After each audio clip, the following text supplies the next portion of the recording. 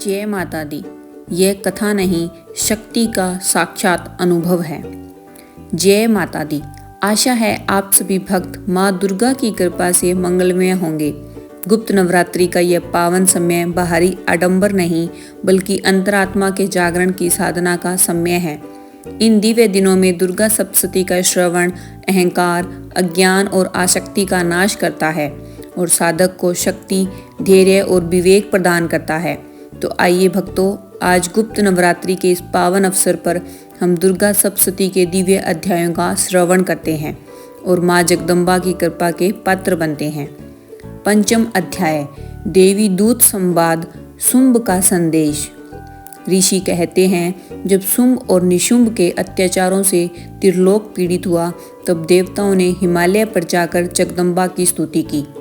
उसी समय पार्वती देवी के कोष से दिव्य तेजस्विनी अंबिका देवी प्रकट हुई। उनके सौंदर्य को देखकर शुंभ के दूत चंड मुंड मोहित हो गए और शुंभ को संदेश दिया। शुंभ ने दूत भेजकर देवी से कहा, मैं त्रिलोक का स्वामी हूँ, तुम मेरी पत्नी बन जाओ। देवी मुस्कुराई और शांत स्वर में बोली, मैंने प्रतिज्ञा की है, जो मुझे युद्ध में पराजित करेगा वही मेरा स्वामी होगा। यदि शुंभ या निशुंभ योग्य है तो स्वयं आकर सामना करे। दूत निरुत्तर होकर लौट गया।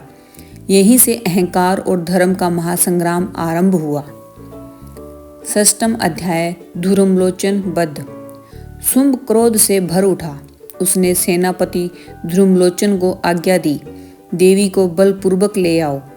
ध्रुमलोचन विशाल सेना लेकर हिमालय पहुंचा और देवी को ललकारा। देवी ने शांत भाव से कहा, यदि बल है तो प्रयत्न कर लो।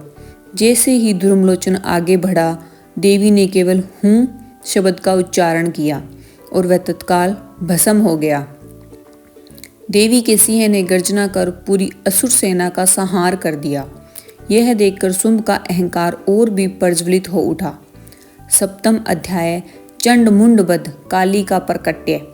शुंभ ने चंड और मुंड को भारी सेना के साथ भेजा। जब उन्होंने देवी को घेर लिया तब देवी के क्रोध से उनके ललाट से महाकाली प्रकट हुई। काली का रूप अत्यंत भयानक था। खड़ांग, तलवार और नरमुंडों की माला से विभूषित काली ने क्षण भर में पूरी असुर सेना का संहार कर दिया। फिर चंड का मस्तक काटा और मुंड को भी धराशायी कर दिया। चंड मुंड के मस्तक देवी चंडिका को अर्पित करते हुए काली बोली, हे देवी, ये आपके शत्रु हैं।